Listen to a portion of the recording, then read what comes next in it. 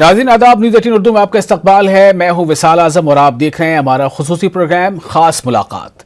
खास मुलाकात में आज हमारे साथ हैं समाजवादी पार्टी के एमएलए, लेकिन ये एमएलए उत्तर प्रदेश से नहीं बल्कि मुंबई से हैं। आप न सिर्फ किसी भी मसले पर अपनी बेबाक राय रखते हैं बल्कि अपने असेंबली हल्के के अलावा अवाम बिलखुसूस अक़लियतों में काफी मकबूल हैं। जी हां, आप समझ गए होंगे। आज हमारे साथ हैं जनाब अबू आसिम आज़मी साहब। अबू आसिम आज़मी साहब, खैर मकदम है आपका न्यूज़ 18 उर्दू में। बहुत शुक्रिया आपका जनाब। जी आसिम साहब, मेरा पहला सवाल आपसे ये होगा कि आपकी नज़र में मुल्क की अक़लियतों बिलखुसूस मुसलमानों के सर फहरिस्त मसाइल क्या हैं और इन्हें इसका मुकाबला किस तरह करना चाहिए? अगर सबसे पहले अक़लियत का मसला इस मुल्क में होगा तो मैं कहूँगा कि फर्स्ट नंबर पे उनकी सिक्योरिटी का मसला आता है। आज मुसलमानों को गैर मुस्लिमों में, जब से ये 2014 से खास तौर से मुसलमानों की इमेज को हिंदू भाइयों में बर्बाद की जा रही है और जिससे हिंदू मुसलमानों का दुश्मन होता जा रहा है। ये सिर्फ गलत प्रोपगंडी की वजह से हो रहा है। अगर कोई खोंचे वाला, कोई बेचारा सर पे सब्जी लेकर कोई सामान लेकर महलों में बेचने जाता है तो बड़ी बड़ी सोसाइटी के लोग उसका नाम पूछते हैं, उसका आधार कार्ड देखते हैं, उसको मारते हैं। अभी 2 मौलानाओं को पकड़ लिया गया कि ये लोग धर्म बदली करवा रहे थे लोगों का, और उनके पीछे न जाने कितनी बड़ी स्टोरी आ गई। देखिए, मुझे तो नहीं मालूम कि उनको पैसा ISI से या किसी फॉरेन मुल्क से आ रहा था कि नहीं आ रहा था, लेकिन मुझे लगता है कि गलत है ये चीजें। क्योंकि इस मुल्क में 18 साल की उम्र के बाद कोई भी व्यक्ति, कोई भी शख्स अपना मजहब अपनी मर्जी से तब्दील कर सकता है। मैं देख रहा हूं कि लोग चिल्ला रहे हैं, औरतें चिल्ला रहे हैं, आदमी चिल्ला रहे हैं कि मैंने मजहब अपनी मर्जी से बदला है, मुझे कोई दबाव नहीं है। लेकिन कोशिश की जा रही है कि RSS और BJP की जबान उसके मुंह में डाल दी जाए और ये कह दे कि नहीं, इस शख्स ने मुझे मार के या बहका के या कोई लालच दे के मेरा मजहब चेंज कराया। इस तरह से मुसलमानों के साथ जबरदस्ती आज जो है ना, इनके साथ नाइंसाफी हो रही है। दाढ़ियां पकड़ के उनको मारा जा रहा है। गाय के नाम पर कितनी मुसलमानों को आज जो है मार दिया गया, मॉब लिंचिंग हो रही है। तो मेरा मानना है कि सबसे पहला कोई मसला अगर है तो इस मुल्क में मुसलमानों की सिक्योरिटी का मसला दिन ब दिन बढ़ता जा रहा है। अच्छा, इसी से जुड़ा लगभग एक और सवाल है। हालांकि हमारा मुल्क जो है जमहूरी मुल्क है और इस नाते भारत की अक़लियतों को कई तरह की आज़ादी हासिल है, लेकिन फिर भी यह देखा जाता है कि त्योहारों के मौके पर अक्सर मुल्क के मुसलमान कई तरह की परेशानी और बेचैनी में मुब्तला नजर आते हैं। एक बार फिर ईद उल ज़ुहा करीब है। नहीं, देखिए, ऐसा है कि अगरचे मुसलमानों को इस मुल्क में आजादी नहीं होती तो मुसलमान क्यों रहता है यहाँ पे? 1947 में जब मुल्क का डिवीजन हुआ, एक मुल्क मुसलमानों के नाम पर चला गया, तो यहाँ का मुसलमान वहां जा सकता था। अगर उस वक्त ये कह दिया जाता कि भाई मुसलमान तुमको यहाँ रहना है तो तुमको अपनी मर्जी से, तुम्हें पूरी आजादी नहीं मिलेगी, तुम्हें इस मुल्क में दूसरे नंबर का शहरी बन के रहना पड़ेगा। तुम मस्जिदों में अजान नहीं कर सकते, तुम्हारा जो है तुम अपने त्योहार अपनी मर्जी से मना नहीं सकते, तुम जो है अपनी मर्जी से कुछ खा नहीं सकते, अपनी मर्जी से कोई चीज ज़बान नहीं कर सकते, वगैरह वगैरह वगैरह बहुत सारी चीजें हैं। लेकिन उस वक्त मौलाना अबुल कलाम आजाद साहब ने दिल्ली की सीढ़ियों से चिल्ला कर कहा था कि मुसलमानों, तुम्हें ताजमहल का हुस्न पुकार रहा है, तुम्हें जामा मस्जिद के मीनारे पुकार रहे हैं कि तुम इस मुल्क को छोड़कर मत जाओ, तुम्हारे बाप दादाओं की कब्र यहीं पर है, तुम चले जाओगे तो तुम्हारी मस्जिदें वीरान हो जाएंगी, तो तुम्हारे कोई यहाँ तुम्हारा नाम मस्जिदों को संभालने वाला नहीं रहेगा। तो इस तरह की चीजें जब कहा, और कानून बनेगा जो सबके लिए बराबर होगा, हिंदू, मुस्लिम, सिख, ईसाई, पारसी, दलित, सबको एक तरह से देखा जाएगा, धर्म के नाम पर किसी के साथ कोई ज्यादती नहीं होगी, तो मुसलमानों ने कहा पाकिस्तान मुर्दाबाद, हिंदुस्तान जिंदाबाद। मुसलमान नहीं गया वहां पर, यहाँ रहा और अल्हम्दुलिल्लाह मुसलमान यहाँ शान से रहता भी, ऐसी बात नहीं है। लेकिन ये RSS BJP के लोग 24 घंटे इस चीज में लगे हुए हैं कि कैसे मुसलमानों को इस मुल्क में बदनाम किया जाए, और वही उनका इशू है। आज उनके पास कोई विजन नहीं है, उनको नहीं मालूम कि मुल्क कैसे चलाया जाता है। और एक बहुत बड़े राइटर ने कहा है कि जो शख्स धर्म को राज चलाने में, सरकार चलाने में धर्म को इस्तेमाल करे, वो सरकार समझो निकम्मी है, बेकार है। जो व्यक्ति, जो शख्स जो डेवलपमेंट की बात करे, वही सरकार अच्छी है।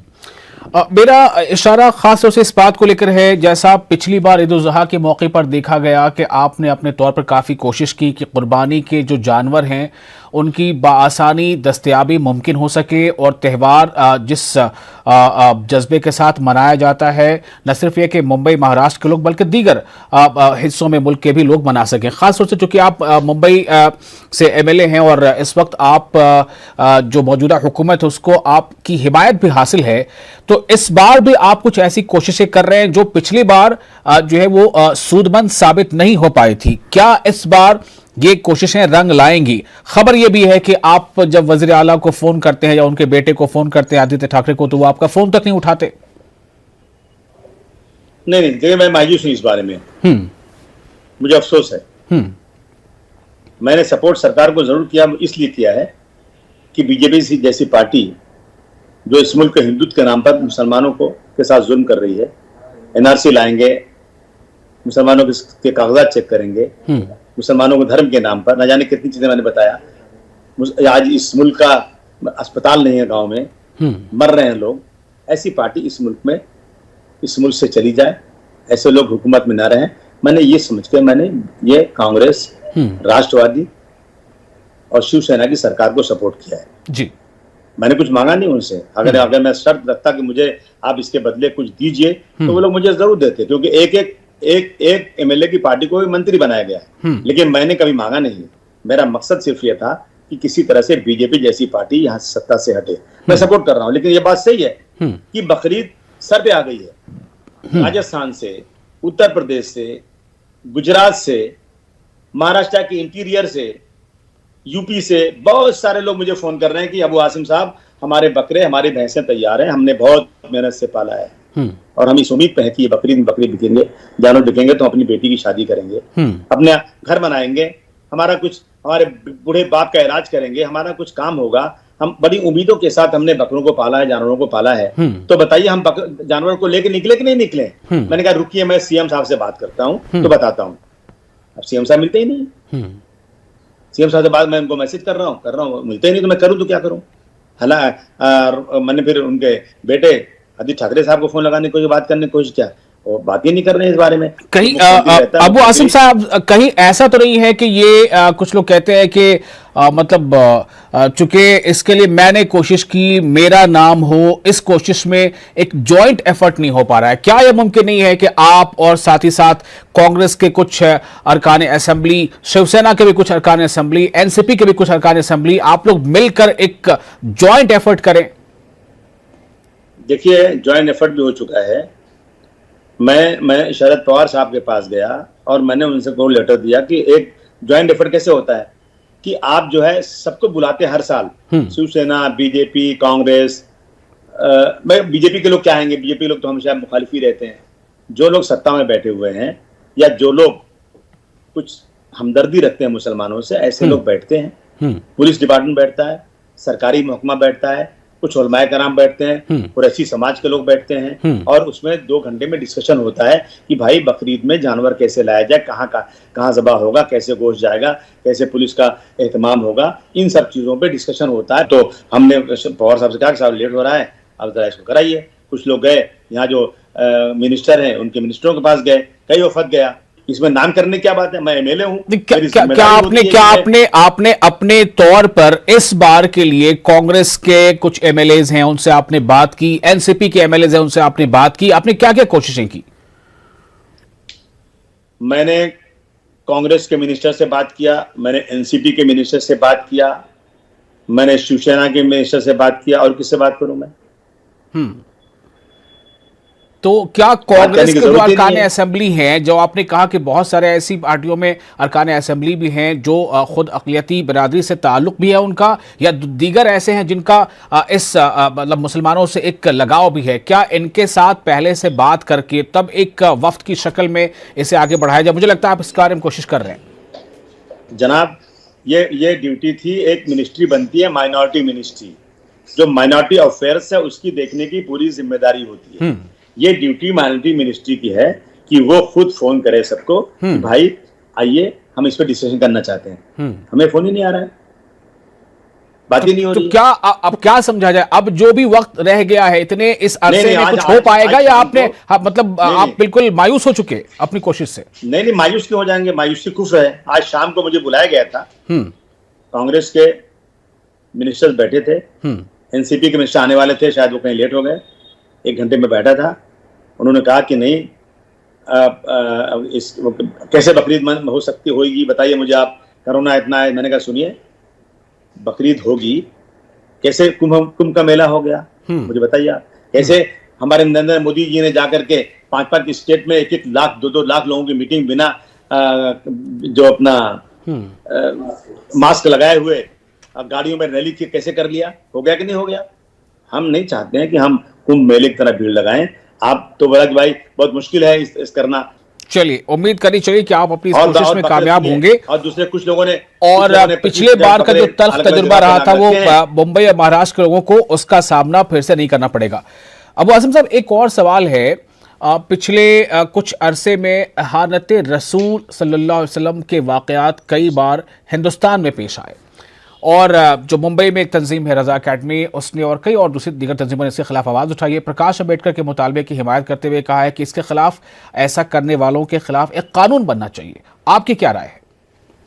बिल्कुल बिल्कुल, ये देखिए, जितने भी हमारे रिस्पेक्टेड लोग हैं, देवी देवता हों, हुजूर सल्लल्लाहु अलैहि वसल्लम है, कोई मजहबी बड़े लीडरान हैं, स्पीच एंड एक्सप्रेशन के कानून का बहाना लेकर किसी आदमी के इंसल्ट अपमान करना, ये बिल्कुल किसी को बर्दाश्त नहीं है। मगर मेरे मुल्क में उल्टी गंगा बहती है। अगर चाहे शिवाजी महाराज की मां के नाम जेम्स लेन ने एक नावल लिखा, जो नावल पूना के लाइब्रेरी में रखा था, तो लोगों को गुस्सा है, लोगों ने जाके तोड़ दिया, लाइब्रेरी पूरी जला डाला। तो हमारे होम मिनिस्टर महाराष्ट्र को उन्होंने कहा कि हम लाएंगे जेम्स लेन को अमेरिका से और यहाँ मुकदमा चलाएंगे। हमने बहुत तालियां बजाई, माशाल्लाह बहुत अच्छा हो रहा है। लेकिन जब हम उनसे पूछते हैं कि तस्लीमा नसरीन को आप, जो हुजूर सल्लल्लाहु अलैहि वसल्लम की शान में गुस्ताखी करती है, उसको आप हिंदुस्तान में रेड कारपेट बिछा के क्यों लाते हैं? तो कहते हैं कि स्पीच एंड एक्सप्रेशन के कानून के है, इसलिए हम कुछ कर नहीं पाते हैं। अब सलमान रुश्दी को हिंदुस्तान में क्यों आने देते हैं, जो इस्लाम के खिलाफ गलत बात करता है? तो कहते हैं ये कानून हमें जो है ये हक देता है कि हम उनको यहाँ रहने दें, हम यहाँ बुलाएं उनको। तो यहाँ अगर हमारे बारे में कोई बोलता है ना, तो इनको कुछ फर्क नहीं पड़ता, लेकिन अगर दूसरों के बारे में कोई बोलता है ना, तो ये जला डालेंगे, काट डालेंगे, मार डालेंगे। ये गलत चीज है। किसी मजहब के किसी भी बड़े लीडर के बारे में, रिलीजियस लीडर के बारे में कोई गलत बोले तो उसको जेल होना चाहिए, सजा मिलना चाहिए, ताकि दोबारा वो हिम्मत ना करने पाए। ये मेरी भी डिमांड है। ठीक है, थोड़ा आगे बढ़ते हैं, कुछ सियासत की बात करते हैं। खासतौर से महाराष्ट्र की हुकूमत पर जो है रह रहकर बिखराव का और इत्तेहाद के ख़त्म होने के शोशे छूटते रहते हैं। मैं आपसे जानना चाहता हूं कि क्या ये सियासी स्टंट है या वाकई कहीं धुआं है जो उठ रहा है? देखिए, ऐसा है ना, मैं बिल्कुल खुल के बताऊं आपको कि महाराष्ट्र की सरकार जो है, एक तरफ शिवसेना जो कट्टरपंथी वोटों की हामिल थी, जिनके सपोर्टर शिवसेना के लोग जो थे कट्टरपंथी, बीजेपी शिवसेना के वोटर एक ही तरह के थे। कांग्रेस एनसीपी सेकुलरिज्म की बात करती है जी, उनका वोट बैंक अलग है। लेकिन बीजेपी को हटाना था और शिवसेना को बीजेपी के साथ छोड़ना था, तो शिवसेना ने इन लोगों को साथ पकड़ा, इनके साथ आ गई। लेकिन शिवसेना को ये फिक्र तो लगी रहेगी, नेचुरली लगी रहेगी कि भाई मेरा वोट बैंक जो था कट्टरपंथी, वो ऐसा ना हो जाए कि मेरा साथ छोड़ करके वो बीजेपी के साथ चला जाए। और जो बार बार पिंच करते रहते हैं बीजेपी के लोग, मनसे के लोग, तो सरकार भी चलाना है, पार्टी भी चलाना है। तो कहते हैं ना कि ये दोनों के बीच में चल रही सरकार, सरकार चलाना है, बीजेपी को नहीं आने देना है और आगे वोट भी लेना है। तो इसलिए कभी कभी ये खींचातानी होती है, लेकिन हमारी कोशिश है कि सरकार 5 साल चल जाए। उद्धव ठाकरे साहब ने कहा था कि मेरी बहुत बड़ी गलती थी कि मैं पिछले 25-30 सालों से बीजेपी के साथ था और मुझे मेरी आंख खुली है, अब मैं 25-30 साल तक यहाँ सरकार सेक्युलर चलाऊंगा। तो कहते हैं कि जान जाए पर वचन न जाए। बाला साहब ठाकरे के बेटे हैं, तो मुझे याद दिलाना चाहता हूँ कि आप जो है, जिस तरह आपने कहा था सरकार चलाएंगे, वैसी चलाइएगा, ये सरकार गिरने ना पाए। और जरा सबकी बात सुनिए, अब आप सिर्फ शिवसेना के नहीं हैं, आप हम सबके मुख्यमंत्री हैं और आप सेकुलर मुख्यमंत्री हैं और आप कॉमन मिनिमम प्रोग्राम के तहत बने हुए हैं। इस सरकार को अच्छी तरह चलाइए और हम लोग को बुलाइए, सबकी दिक्कतें पूछिए, चाहे किसी धर्म का आदमी भी हो, उसकी हर दिक्कत पे आपको रिएक्ट करना, उसको मदद करना आपका फर्ज हो जाता है। अच्छा, क्या ये जिस तरह की बयानबाजी आती रहती है, महाराष्ट्र कांग्रेस के बड़े लीडर का चुनाव में अकेले लड़ने का बयान आ गया, क्या आपको लगता है कि ऐसे बयानात गैर जरूरी हैं या फिर वाकई कांग्रेस महाराष्ट्र में अपनी जमीन मजबूत कर रही है? नहीं, कांग्रेस क्या मजबूत करेगी? कांग्रेस जो है ना, देखिए, हम भी चाहते थे कि वोट का बंटवारा ना हो। और पिछले असेंबली इलेक्शन में हमको इन्होंने कहा कि अबू आसिम साहब वोट बंटना नहीं चाहिए। मैंने कहा बिल्कुल मैं हक हूँ, पार्टी छोटी हो जाए चलेगा, लेकिन देश बड़ा होना चाहिए, देश में सेकुलरिज्म रहना चाहिए, इसका संविधान बरकरार रहना चाहिए। मेरी बात होती रही, 12 सीटों पे, 10 सीटों पे, 8 सीटों पे करते करते इन्होंने मुझे लटकाया। लास्ट में मैं मजबूर होकर जब देखा कि मैंने फॉर्म नहीं भरा, मैंने कहा मैं सिर्फ 3 सीट पे लड़ता हूँ, चलिए बात खत्म करिए। बहुत खुश हो गए उन्होंने, बात हमारे साथ अलायंस हो गया। लेकिन तीसरी सीट पे, भिवंडी की सीट पर, मैंने फॉर्म मेरे आदमी को भराया। 1 घंटे के बाद, मेरे फॉर्म भरने के 1 घंटे के बाद इन्होंने एक और भी फॉर्म दे दिया और उनका आदमी वहां पे आगे फॉर्म भर दिया। हमारे साथ धोखा हमारे साथ हुआ। कांग्रेस ने हमेशा धोखेबाजी किया है और यही कांग्रेस जो है ना, इसने बिहार में ज्यादा सीटें ले लिया, इसने जाकर के बंगाल गई, कुछ सीट चुन के नहीं आई। कांग्रेस कहते हैं रस्सी जल गई और अभी तक इनकी ऐठन नहीं गई। जब आपकी ताकत नहीं है, आपका लीडरशिप नहीं है, तो आप जबरदस्ती सीटें लेकर क्यों खराब करते हो? कांग्रेस जो है अपने आप को ही सोचती है कि कांग्रेस जवाहरलाल नेहरू और इंदिरा गांधी के टाइम वाली कांग्रेस है। चले गए सब, खत्म हो गए सब लोग। अब आप नया संगठन बनाइए, नए लोगों को लाइए, बढ़ाइए। हम तो चाहते हैं कि देश में बीजेपी से लड़ने के लिए एक ही बड़ी पार्टी है, कांग्रेस। समाजवादी पार्टी अभी तक यूपी में है, बात तो कहीं नहीं कहीं, और छोटी छोटी पार्टियां हर स्टेट में है। सबको साथ लीजिए और अपनी हैसियत के मुताबिक टिकट मांगिए, तो शायद चलेगा, वरना कांग्रेस ऐसे बयानबाजी करती रहेगी और आगे जो है ना, कांग्रेस की हैसियत खत्म हो जाएगी। अभी देखा आपने कांग्रेस के सदर भाई जगताप का एक बयान आया, क्या कह रहे हैं आप कि अब इस मुल्क में मुगल राज नहीं है, मुगल बादशाह नहीं है, इस मुल्क में अब जो है मोहम्मद गौरी नहीं है, मोहम्मद गजनवी नहीं है, फिर मंदिरों पे हमला कैसे हो रहा है? अरे उनको अकल नहीं, उन्होंने पढ़ा नहीं है, हिस्ट्री नहीं पढ़ा उन्होंने कि जवाहरलाल नेहरू ने अपने जमाने में मुगलों के बारे में क्या बातें की थी। और आप जो है, आपको अगर एग्जाम्पल देना है तो मुगलों को देना है, मुसलमानों को आरएसएस वाली बात आप बोलते हैं। यही सब वजह है कि इनका वोट बैंक खत्म होता जा रहा है। जी अच्छा, एक सवाल ये भी है कि महाराष्ट्र में हैदराबाद से निकलकर वहां पर अपनी जड़ें जमा रहे हैं असदुद्दीन ओवैसी, उनकी पार्टी वहां कामयाब होती जा रही है, लेकिन समाजवादी पार्टी का फरोग महाराष्ट्र में नहीं हो पा रहा है, ऐसा क्यों है? देखिए, ऐसा है कि जज्बाती वोट आदमी को वक्त मिल जाता है, कुछ सीटों पर, सीट 2, 4, 6 सीटों पर आता रहता है। हमने तो पहले 4 सीटें जीती थी यहाँ पर। लेकिन ऐसा है कि उनसे कोई पूछे उस पार्टी से कि तुम्हारी पार्टी का जन्म हुआ था 60-70 साल पहले, सोचने की बात है जरा। 70 साल पहले जिस पार्टी का जन्म हुआ, उनके 7 एमएलए आते हैं, वो सिर्फ 7 या 8 या 10 सीट, 8 सीट लड़ते हैं। इतने जमाने से 8 सीट लड़ते हैं, जहां पैदा हुए, जहां उनकी पार्टी है, जहां एमपी है, जहां पावरफुल है। लेकिन आप उत्तर प्रदेश में 100 सीट लड़ेंगे, क्या वजह हो सकती? अरे इस मुल्क में एक पार्टी है मुस्लिम लीग, जो वाकई मुसलमानों की पार्टी है, और आज भी मुसलमानों की उस मुस्लिम लीग की सरकार केरल में चलती है, मंत्री बनते हैं उनके लोग, 16-17 चुन के आते हैं उनके। लेकिन वो तो पूरे मुल्क में नहीं जाते मुसलमानों को वोट बांटने। एक दूसरी पार्टी बदरुद्दीन अजमल साहब की, आसाम में 16 सीटें चुन के आते हैं, बहुत मजबूत हैं, वो तो नहीं जा रहे किसी स्टेट में मुसलमानों के वोट पर हक जमाने के लिए। लेकिन हमारे ये भाई साहब अपना, तो आप क्या कहना चाह रहे हैं असदुद्दीन ओवैसी अगर वहां महाराष्ट्र में चुनाव लड़ने लगते हैं तो इससे समाजवादी पार्टी का वहां विस्तार होना मुश्किल हो रहा है? कहां? महाराष्ट्र में? नहीं, कोई मुश्किल नहीं हो रहा है। क्या बात है? ऐसा है कि 10 किलो दूध में कोई 1 कतरा नींबू डाल दे, दूध फट जाता है। अच्छा, चलिए एक और सवाल आपसे है। मैं ये जानना चाहता हूं कि हालिया दिनों जिस तरह से शरद पवार के घर पर अपोजिशन के कई लीडर जमा हुए, सहाफी भी कई जमा हुए, कई सामाजिक कारकुन जमा हुए, इसका मकसद क्या था आपकी नजर में? ये क्या है, किस तरह की पहल है? देखिए, मैं तो बहुत साफ गोई से बात करूं, शरद पवार साहब इस देश के एक बहुत बड़े नेता हैं। और अगर आप आज कश्मीर से कन्याकुमारी तक नजर दौड़ाएंगे तो शरद पवार साहब एक बहुत पॉलिटिकल और मशहूर नेता हैं। कोई मुझे नजर नहीं आता। पवार साहब ने जरूर ये सोचा होगा कि अब जो है, बंगाल में बीजेपी ने धूल चाटा, अगर कुछ लोग वोट बांटने नहीं गए होते तो बिहार में भी धूल चाट ही लिया था। तो अब इनको इस मुल्क से, क्योंकि इस मुल्क के लिए बहुत नुकसानदेह है ये, हिंदू भाइयों की लाशें तैर रही हैं गंगा में, अस्पताल नहीं है, देश का डीजीपी बर्बाद होता जा रहा है, लोगों को खाने के नहीं है। तो पवार साहब ने लोगों को जमा करने की बात किया और बिल्कुल ठीक है ये, लेकिन मेरा ये मानना है कि पवार साहब बहुत बड़े लीडर हैं। पवार साहब की लीडरशिप में अखिलेश यादव जी को आगे आना चाहिए। और अखिलेश यादव जी की उम्र कम है, विजन है। जिस तरह से उत्तर प्रदेश में 5 साल सरकार चलाया अखिलेश यादव जी ने, कोई नहीं कह सकता। तो अखिलेश यादव के लिए तो अच्छा मौका है, उत्तर प्रदेश जीत जाए और आगे बढ़े, दावेदारी रखे अपनी। हाँ, तो मेरा ये कहना अखिलेश यादव से, मैंने भी कहा अखिलेश यादव, पूरा देश खाली पड़ा है, आप शरद पवार साहब के साथ बैठिए और नेतृत्व लीजिए हाथ में, क्योंकि शरद पवार साहब की उम्र 82 साल हो चुकी है। तो आप आगे बढ़िए और सबको मिला करके हर स्टेट के लोगों के साथ बात करके आप दिल्ली की गद्दी संभालिए।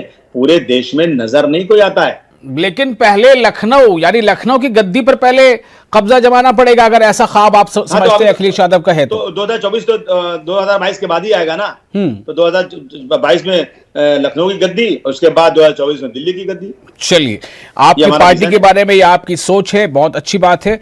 और एक आखिरी सवाल आपसे मैं करना चाहूंगा, मुल्क में महंगाई पर जो है ऐसा लगता है कि ब्रेक ही नहीं लग रहा है, ब्रेक फेल हो चुका है, महंगाई लगातार बढ़ती जा रही है। अब ये महंगाई सिर्फ पेट्रोल डीजल तक नहीं है, ये आज भी या मतलब हर दिन, या किसी दिन गैस सिलेंडर के दाम बढ़ जा रहे हैं, किसी दिन जो है बैंक के खदमात जो हैं उस पर शरहें उसकी या चार्जेस महंगे होते चले जा रहे हैं। समाजवादी पार्टी और ख़ास तौर से अवामी मुद्दों से सरोकार रखने वाले अबू आसिम आज़मी महंगाई पर क्या कहेंगे? नहीं, देखिए, ऐसा है कि ऐसे आदमी के हाथ में सरकार आ गई है जिसे बेचारे को नहीं मालूम कि मुल्क कैसे चलाया जाता है। ये सिर्फ आदमी जज्बात पे मंदिर मस्जिद, हिंदू मुस्लिम, पाकिस्तान हिंदुस्तान करके मुल्क चला रहे हैं और इनका ध्यान नहीं है हम दो हमारे दो, यही दो लोग हैं। मुल्क में कहीं से भी इकोनॉमिक हालत ठीक नहीं हो रही है, इनको मालूम ही नहीं कैसे होता है। ये बेचारे शाम को ऐलान कर देते हैं, नोटबंदी कर देते हैं, देश बर्बाद हो जाता है। ये मनमानी कर रहे हैं। तो इनको कम से कम मनमोहन सिंह जी से या ऐसे लोग जो देश में वाकई जानते हैं कि इकोनॉमी क्या होती है, कैसे देश कंट्रोल होगा, कैसे महंगाई रुक सकती है, इनसे डिस्कशन करना चाहिए। लेकिन ये मनमानी कर रहे हैं, इसलिए देश बर्बाद हो रहा है। और इनको जल्द से जल्द इस गद्दी से उतर जाना चाहिए और इनका बड़ा एहसान होगा ये खुद रिजाइन कर दें कि मैं भारत माता की सेवा नहीं कर पा रहा हूं। आज गरीब जो गरीब होता जा रहा है, अमीर अमीर होता जा रहा है। आप स्टैटिस्टिक्स देखिए, कुछ लोग जो है ना इन 2014 के बाद आसमान की ऊंचाई पे पहुंच गए और आम पब्लिक जो है भूखी मर रही है। तो इसमें कुछ सोचना नहीं है। गलत आदमी के हाथ में सरकार आई है, ये सरकार नहीं चला सकते, इनको देश छोड़ देना चाहिए, इनको हटा देना चाहिए बस। चलिए, अबू आसिम आज़मी साहब, बहुत बहुत शुक्रिया आपका। आपने बहुत बेबाकी से तमाम सवालों का जवाब दिया। मुझे लगता है कि नाजरीन को भी आपसे जो सवालात उनके जहन में होंगे उसकी मैंने भी अक्कासी की है। बहुत शुक्रिया आपका न्यूज़ 18 उर्दू से बातचीत करने के लिए। आप बने रहे न्यूज़ 18 उर्दू के साथ। मुझे दीजिए इजाज़त। आदाब।